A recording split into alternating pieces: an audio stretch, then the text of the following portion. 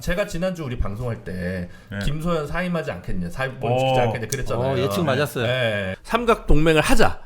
근데 김소연 변호사가 난리를 치면 안 되니까 김소연을 사보임을 시키고 다른 그냥 변호인을 그냥 조용히 이렇게. 그건 분명히 왜냐면 김소연 변호사가 난데없이 나타나가지고 이제 광역 저격을 해가지고 어디가 전선인지도 모르고 이렇게 하니까 결국은 지금 약간 이준석 용산의 잠정 휴전 모드 아닐까. 김소연 변호사의 사임은 저는 그렇게 좀 봤는데 그 부분은 어떻게 보셨어요? 그러니까 밀고 당기기 끝에 지난번에 이제 설명드린 거잖아요. 이준석 쪽으로 와서 검찰의 수사가 원래는 윤석열로 가든 윤상현으로 가든 그러니까 윤상현을 거쳐서 윤석열로 가든 명태균을 잡아 넣었으니까 명태균을 구속시켰으니까 명태균하고 통화한 윤석열로 가든 아니면은 재보궐선거 공천관리위원장을 했던 윤상현으로 가든 이렇게 가든 어쨌든 간에 윤석열로 가야 되는데 검찰은 그렇게 올라가고 싶지 않으니까 어떡하지 이러고 있는데 갑자기 김소연 변호사 나타나서 가운데다가 이준석을 딱 놓은 거 아닙니까? 그러면 검찰 입장에서는 어차피 올라가고 싶지 않았는데 중간에 이준석이 무슨 장난을 쳤다 그러고 역할을 했다 그러고 이준석을 통해 가지고 윤석열 대통령이 무슨 뭘 의사를 주고받았다 하는 뭐 이런 얘기를 김소연 변호사가 하고 갔으니 그러면 이준석을 조사해야겠군요. 근데 이준석을 조사를 하려면 이준석과 명태균은 무슨 사이인지를 규명을 해야 되는데 그러면 어디까지 가야 되냐? 이준석, 김종인은 뭐죠? 그리고 이준석은 어떤 관계가 있는 거죠? 과거에 전당대회 여론조사는 어떻게 됐던 거죠? 뭐 여기까지 가야 되고 그러면 이준석 의원은 그걸 방어를 해야겠으니 방어를 하기 위해서는 나도 이런 카드가 있어. 이게 최고인데 나도 이런 카드가 있어가 뭡니까? 그때 2022년도에 지방선거랑 재보궐선거 할 때 윤석열 대통령이 이런저런 공천 개입을 했던 것 같아. 내가 생각해보니까. 근데 좀 확실치는 않아. 평택이 조금, 포항이 조금, 네. 강서구청이 조금 네. 이상해 뭐 이런 그렇죠. 얘기를 한 거죠. 그렇죠. 네. 그런 카드를 막 나도 있어. 막 주섬주섬 이제 꺼내니까 네. 이건 여기서부터 상상입니다. 주섬주섬 막 꺼내서 이게 있는데 막 막 꺼내니까 일설에 의하면 용산에서 그래 일단 그럼 여기서 일단 김소연 변호사는 일단 퇴장하시고 김소연 변호사는 일단 퇴장하시고 그 다음에 이제 한번 논의해 봅시다. 이렇게 간 거 아니냐 지금 상황은. 그래서 테이블에는 잔뜩 올려놓고 어저께가 아니죠. 지난주에 말씀드렸듯이 서로 다 까고 자폭하자로 가는 거냐, 서로 다 까고 완전히 보수가 다 자폭해가지고 핵폭탄 터뜨리고 없어지자로 가는 거냐, 아니면 다 일단 테이블에 올려놓고 냄비 뚜껑으로 덮자로 가는 거냐. 근데 어차피 후자로 가는 확률이 높지 않습니까? 서로 다 올려놓고 어디까지 정리할 건지를 정한 다음에 냄비 뚜껑으로 덮고 이 사안은 창원에서 일어난 일이야 이러고 정리하자 이렇게 갈 것 같은데 근데 이렇게 가든 저렇게 가든 어쨌든 그 과정으로 가는 중간 단계에서 김소연 변호사의 사임이든 뭐든 일어나는 일 아니냐 이렇게 생각이 되는 거죠. 근데 제가 봤을 때는 이거 불씨가 남아있다고 생각해요. 그러니까 덮으려고 해도 덮어지지 않는다. 불씨가 남아있는데 일단 첫 번째 불씨는 그냥 약간 순진하게 생각했을 때 이준석 대표가 있었던 것 같아 이렇게 꺼내면서 대통령이 공천 개입한 게 여러 군데야. 뭐 한 8군데 돼. 이런 종류의 얘기를 했잖아요. 그러면 사람들이 혹은 기자들이 긴장하죠. 야, 나머지 몇 군데 어디야? 찾는 거예요. 그러니까 이런 불씨가 남아있고 이거는 이 사람들이 자기들끼리 다투는 과정에서 먹잇감을 흘린 거죠. 부산물. 예, 부산물이 떨어진 거고 그래서 그거는 이 둘의 의지와 무관하게 어떤 나비 이게 효과가. 살아 움직일 수 있다. 이런 거 첫 번째 하나 있고요. 그다음 두 번째는 김선 변호사가 이제 그만두라고 해서 그만뒀잖아요. 그만둔 다음에 언론에 나와가지고 내가 검찰에서 봤는데 이런 거 저런 거 있더라 막 얘기한 게 있어요. 그 중에 보면 22년 4월 초에 이준석 대표하고 명태균 씨하고 카톡을 무지하게 주고받더라. 근데 그 카톡 내용을 보면 그걸 봤다는 거예요, 자기가. 다 복원됐으니까. 봤는데 그 카톡 내용을 보면 그 김영선 씨 공천과 관련해서 여론조사 잘 나온 거 하나만 갖다 달라. 그러면 내가 윤상현 총장한테 얘기해가지고 전략공천 할 수 있게 하겠다. 이렇게 얘기한 카톡을 봤다고 김소연 변호사가 얘기를 했어요. 그래서 그 다음 과정이 어떻게 되냐면 명태균 씨가 강혜경 씨한테 얘기해가지고 진짜 그 여론조사를 해요. 그건 이제 공표하려고 하는 거죠. 그쪽에서 창원 의창에서는 여론조사하면 민주당 후보보다는 다 잘 나오잖아. 그게 무조건 잘 나오니까. 그러니까 이준석의 방어 논리가 그거죠. 네, 그래서 그걸 갖다 카톡으로 보냈어요. 보고 그다음에 자체 조사한 거 또 하나만 보내달라 이렇게 해서 받아요. 그리고 그거를 명태균 씨한테 어떻게 얘기했다, 그 어떤 내용으로 카톡을 다시 보냈다고 그 김소연 변호사가 얘기하냐면, 요 내용을 저기 누구야? 함성등? 네, 함성등 교수한테 통해가지고 윤상현 공관위원장한테 보내라. 그 절차를 밟으면 전략공천이 될 것이다. 이런 식으로 얘기를 해요. 그리고 최근에 이제 검찰에서 그 검찰 창원지검 수사관들이 서울 올라와가지고 국민의힘 공관위원들을 뭐 조사인지 면담인지 뭐 하여튼 조사를 하기 시작했다고 하더라고요. 했죠. 네, 조사를 하기 시작했고, 그래서 이걸 이제 하다 보면은 윤상현 당시 공관위원장까지로 이제 올라갈 수가 있는데, 이게 어떤 사람들은 그때 공관위원장 건들기 시작하면 뭐 또 김건희 뭐 이렇게 올라가는 거 아니야? 창원지검에 그 지검장하고는 상관없이 정의로운 검사들 몇 명 있는 거 아니야? 이렇게도 보던데, 제가 보기엔 그건 아니고 그냥 개인이 정의로울 수는 있는데요.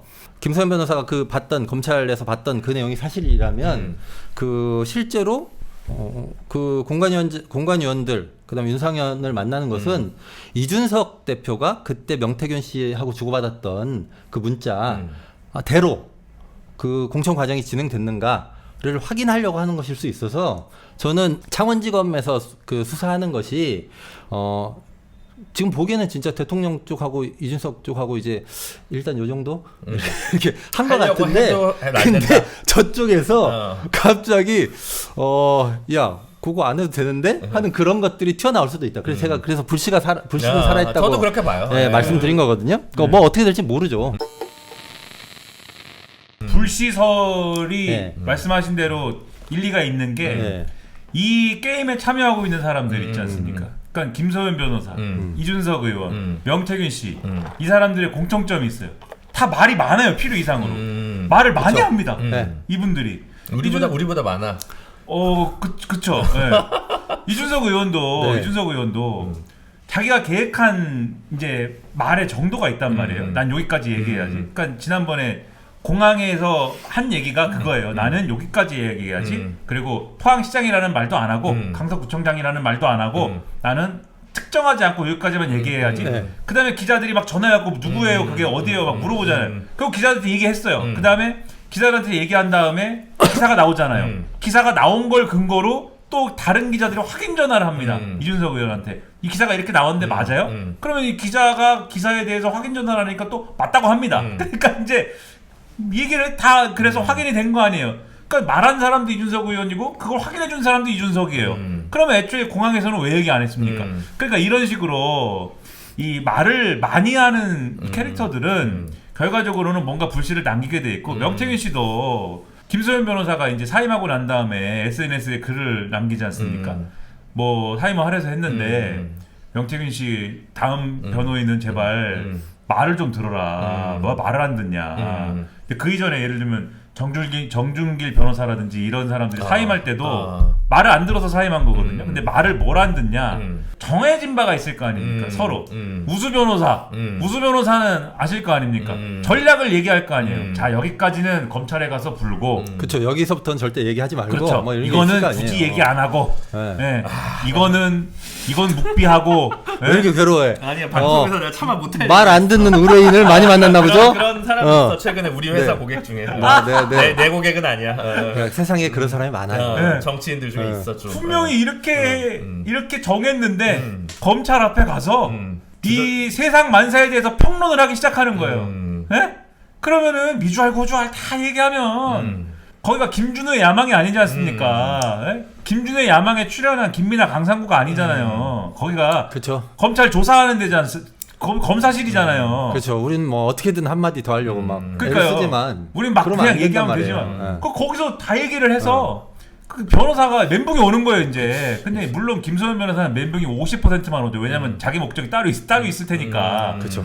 하지만 어쨌든 그런 식으로 얘기하니까 변호사의 전략이 무너지고, 명태균 씨가 검사 입장에서도 제가 볼 땐 당혹스럽습니다. 이걸 다 얘기하면 난 어떡하지? 그러니까 안 적어야지. 다 얘기하고 이게 모른 채 하는 거지. 모른 채. 명태균 씨가 이제 그 강혜경 씨한테 그 PC를 파기할 때 파기하라고 명령했을 때. 그렇죠.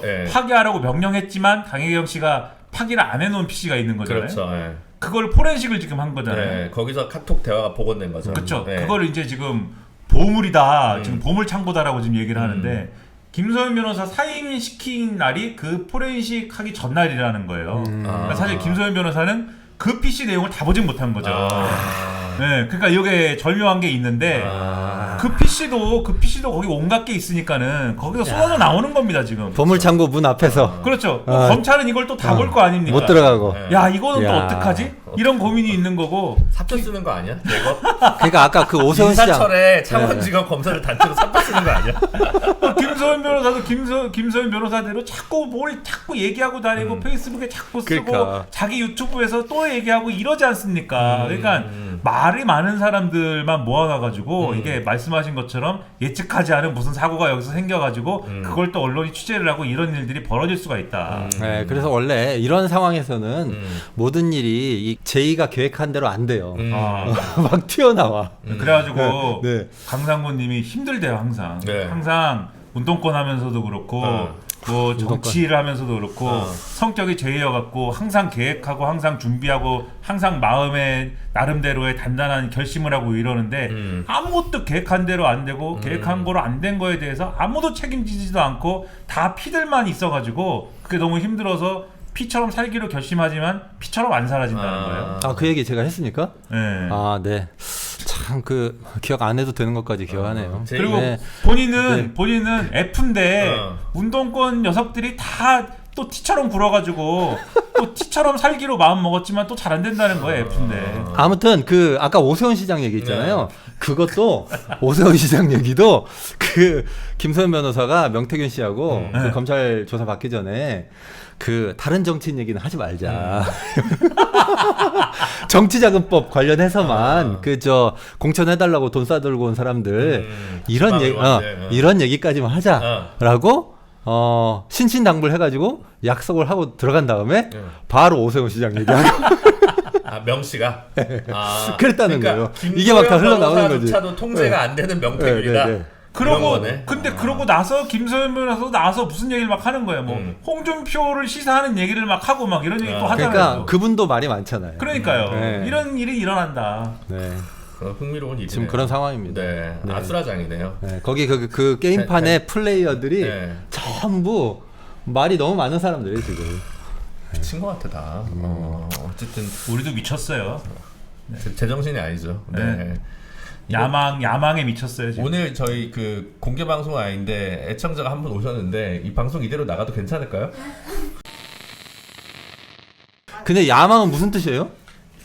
뭐 야망이 말 원래 그대로 그 말 그대로 그 뜻이에요? 야망이지 무슨 뜻이에요? 야 망했. 김- 아 그러니까 나 김준호- 혹시 야망했단가 해가지고. 아니죠. 김준우 변호사 얼굴을 딱 보세요. 지금 야망이 숨어 있는 표정이에요. 네. 저 표정에 야망이 지금 있다. 야망을 숨기고 있는 표정이다. 그게 아니고 이제 처음에 시작을 공작소. 공작소인지 공작실인지 나도 이제 헷갈리기 시작해. 그건 약간 안기부 같잖아. 예, 그걸로 했는데 공작실로 했는데 공작실이었다 공작소였다 하여튼 했는데 계속 야망으로 해야 된다는 거예요. 아 방송에 나올 때마다. 김민하 평론가가. 예, 그래서 정식 런칭할 때부터 바꿨어요? 그냥 김준호의 야망으로 한 거예요. 그러니까 김민하 이름이 안 들어가잖아요. 그래서 네. 방송 시작할 때 늘 김민하 평론가가 김준우입니다 이렇게 얘기를 해요. 그러면 이것은 김준우의 야망인가 아니면 김준우의 야망인가 이건 잘 생각해 보셔야 되는 문제죠. 네. 아니 김준우 변호사의 야망이고 김준우 변호사가 유튜브를 하는 것이고 다 처음에 왜 이걸 하는가에 대해서 다 저에게 얘기를 했습니다. 야망이 있다. 네. 아니 뭐 근데 그거를 또 아셔야 돼요. 이 얘기를 하고 있는 네. 강상구의 야망이 또 있다. 이거를 무시하면 안 됩니다. 저는 이제 야망이 네. 없습니다. 아니 이분이 분명히 서울대 법대를 나오고 수십 년 동안 뭐 이러고 망했는데, 있다가 갑자기 서울대 지리학과 대학원에 가요. 그래서 제가 물어봤습니다. 서울대 지리학을 왜 배우냐? 이거 지금 갑자기 지리학을 왜 배우냐 도대체? 그랬더니 뭐라고 대답했는지 아세요? 지리학에 모든 것이 있다. 이 지정학적인 뭐 이런 것도 있고 그 다음에 이 응용 분야들이 있어요. 금융과 관련한 그런 것들을 지리학으로 풀어내는 것도 있고 그렇죠. 도시지리도 있고 네, 어떤 경제와 관련된 뭐 금융이나 경제나 아무튼 경제와 관련된 것들을 풀어내는 것도 있고 등등에 쭉 들어보니까 이건 어떤 그 세계 정복 또는 이제 세계 경영 그러니까 대권 수업이구나 이게. 그래서 대권 수업을 염두에 두고 좀 지리학을 공부하고 있는 이 야망이 있는 것이다 이거는. 근데 올해 초에 저랑 같이 유튜브 찍었을 때 제가 논문 빨리 쓰시려면 그냥 선거지리로 써라 라고 충원을 드렸는데 예, 그렇죠. 논문 주제는 다른 거예요. 완전히. 네. 지금 야망과 야망이 막 소용돌이 치고 부딪히는 이런 엄청나게 뜨거운 현장에 지금 어떠한 긴장감도 들지 네. 않아. 근데 직관을 전혀 하러 긴장감이 없어요. 아무런 긴장감이 없어요. 아니 저는 지금 느껴져요. 그 엄청나게 뜨거운 현장의 열기가 느껴지고 직관을 하러 온 분도 저는 느끼고 지금 있다. 지금 1시간쯤 됐죠. 1시간째 여기가 웅웅 울려가지고 정리하자면 이준석 용사는 잠시 휴전인데 이준석 대표는 또 계속 말을 하고 있고 김소연 변호사가 계속 말을 하고 근데 이제 있어서 어찌 될지 모른다. 저는 잠시 휴전이라기보다는 계속 줄다리기와 그 과정인 것이다. 밀고 당기기 밀당의 과정인 것이다. 근데 그 결론은 정해져 있는 것 같다. 어차피 뭐 이렇게 모아놓고 냄비뚜껑으로 닫고 창원에서 일어난 일로 일단은 정리하는 걸로 뒤는 어떻게 될지 모르겠지만. 근데 원래 그런 얘기 있지 않았어요? 그 명태균 씨가 용산에다가 이준석 대표 외무부 장관 줘라 뭐 이런 얘기를 했다라는 썰이 있었잖아요. 그게 이제 명태균의 이준석 대통령 만들기 프로젝트인데 근데 되겠습니까 그게? 근데 제가 그 당시에 여의도 바닥에서 돌아다닐 때는 용산에서 이준석 대표를 쫓아내고 나서인가 하여튼 그 즈음인가 이태리 대사를 제안했다는 거예요. 그래요? 예. 그래서 이태리 대사? 나 같으면 갈 텐데. 아니 무슨 맥락 그 당연히 가죠. 당연히 가는데 근데 이준석이 무슨 맥락이 있었던 거예요? 근데 지금 생각해 보니까 주려면 4강 대사를 줬어야죠. 그러니까 제가 생각하기에는 이게 갑자기 튀어나온 이유는 뭔가 외무부 장관이랑 그러니까 외무부 장관은 못 주고 좀 뭐 4강은 못 주지만 G7 중에 하나를 이렇게 주는 걸로 이렇게 밀당이 있었나? 그래가지고 이제 이태리 대사직이 그 당시에 제안이 갔다는 얘기는 제가 좀 확실히 들은 것 같거든요. 그래서 그 명태균 씨 아이디어였나? 저 이준석을 북한에 특사로 보내야 된다 이런 얘기도 그 전에 잠깐 있었을 걸요. 그래서 저는 그 아이디어 보고 야 진짜 명태균은 참신한 생각 많이 하는구나. 그러면서 그때 왜 특사로 딱 가면은 김정은 그렇죠. 김정은 지금 직책이 뭐예요? 아무튼 국무위원장 국무위원장하고 나이가 비슷하니까. 이준석하고 둘이 딱 있으면 연령대도 비슷하고 그림 좋지 않냐. 그렇게 해서 쭉쭉쭉 대통령까지 키워보자. 이런 구상이 있었다고 하더라고. 저는 그거 보면서 야 명태균은 진짜 판을 잘 짠다. 명태균의 플랜 A는 예. 제가 이렇게 결국 지금까지 나온 얘기를 종합을 해보면 명태균의 플랜 A는 윤석열 대통령을 이번 총선까지만 하고 내리고 그렇죠. 그 개헌을 하고 뭐 이런 훌륭한 대통령으로 마무리하시고 그게 내리고. 윤석열 대통령을 살리는 길이기도 했어요. 그렇죠 사실 모두에게 좋은 길이었어. 그래서 모두가 행복했을 텐데 이번까지 하고 물러나시고 개헌하고 뭐 이런 레거시를 남기고 물러나시고 그러면은 이준석 의원이 나이가 차니까 그 이준석으로 대통령을 만들고 그리고 이제 자기가 만든 이준석 정권에서 명태균 씨는 이제 이제 명실상부한 미륵불로 이제 활약을 하고 뭐 이렇게 가는 거였을 텐데 그 얘기하고 한 2-3일을 혼났다는 거 아닙니까 명태균 씨가 누구한테? 윤석열 대통령 그때 윤석열 대통령 엄청 화나가지고 어디 나를 물러나라고 하느냐 혼났다는 거 아니에요. 그래서 플랜 A는 어려워졌고 플랜 B는 이제 어쨌든 윤석열 대통령은 뭐 임기 중간에 물러나고 이런 건 없지만 일단 김영선 의원을 이 총선에서 이번 총선에서 6선으로 만들고 김영선 의원을 통해서 뭘 좀 하다가 그 다음에 어쨌든 버텨서 이준석을 또 대통령으로 뭔가 만드는 수를 찾아서 다음 정권에서는 이준석 정권으로 뭘 한다. 이게 플랜 B가 있었을 텐데 이번에 이제 그게 이제 망한 거죠. 망한 거지. 하여튼 명태균 씨가 그랬잖아요. 윤석열 대통령 총을 든 5살짜리 칼 든? 뭐 그런 얘기. 네. 총을 5살짜리 아이에게 총을 들려준 것이나 다름이 없다 뭐 이런 얘기. 인사이트가 있으시네. 인사이트가 확실히 있고 통찰력이 있어요. 그리고 어젠가 그젠가 왜 홍철호 정무수석이 무례하다. 부산일보 기자 발언 질문에 대해서 무례하다라고 하면서 뭐라고 얘기했는지 다 보셨죠? 아이한테 부모가 뭐라고 하듯이. 그러니까 대통령실 정무수석 명태균 씨도 윤석열 대통령을 5살 아이라고 그랬는데 비유를 들어도 아이한테 뭐라고 하듯이 이렇게 비유를 들어가지고 사실은 홍철호 수석은 정무수석의 그 감이네요 그러면. 이게 맥인 거다. 홍철호 수석이 대통령을 저렇게도 맥이나? 조금 딴 얘기라서 이건 편집돼도 상관없는 얘기인데 네. 지금 이제 이재명 대표는 낙선했는데도 기소됐고 사실은 장모가 뭐 수입 뭐 연락을 안 했고 뭐 지금 김건희 여사가 뭐 수익이 없었고 이거 다 거짓말이고 네. 이제 공선법 다 위반 사실이잖아요. 결국 다 기소돼야 되는데 대통령은 다 하고 나서 그 다음 기소한 문소영이냐 이제 이럴 거 아니에요. 말하자면 그럴 때 선거 자금은 또 어떻게 되는지 하여튼 뭐 그 모든 것이 좀 복잡한데 그 만약에 내각제였으면 그러면 이 사람이 총리만 사임하고 그 당에서 그냥 다른 사람으로 총리를 바꿀 거 아니에요? 이시바처럼 이렇게. 그러겠죠. 아 그러니까 이게 훨씬 더 합리적이겠다. 네. 갑자기 또 총리- 내각제 제도로 또 접근하시는 아니 그 총리도 바꾸고 어. 그 다음에 분위기 영 나쁘면 내가 좀 잘해볼 테니까 해산하자. 우리 해산하자.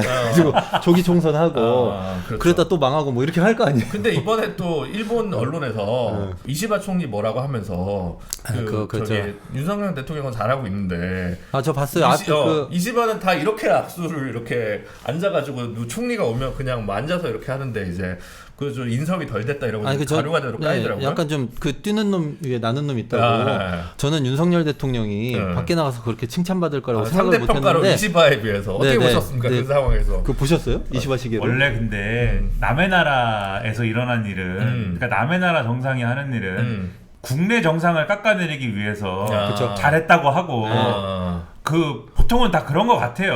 그러니까 자기 나라의 대통령이나 총리가 미우면 그냥 다 이제 제 봐라. 그런 식으로 하는 것 같아요. 그 실제 다 그런 면만 있겠습니까? 그렇죠, 맞아요. 네. 네. 근데 그래도 다른 정상들이 왔는데 인사하는데 앉아가지고 이렇게 악수하는 거는 원래 장유유사 무릎이 안 좋나? 나이가 많으니까. 아니, 근데 무릎이 원래- 안 좋아서 그런가? 원래 사람을 잘 못 대한다 그 양반은. 츤데레하다. 원래 캐릭터가 네. 혼자 있는 걸 좋아하기 때문에 좀 그렇다. 아 한동훈 대표 같다 이런 거죠.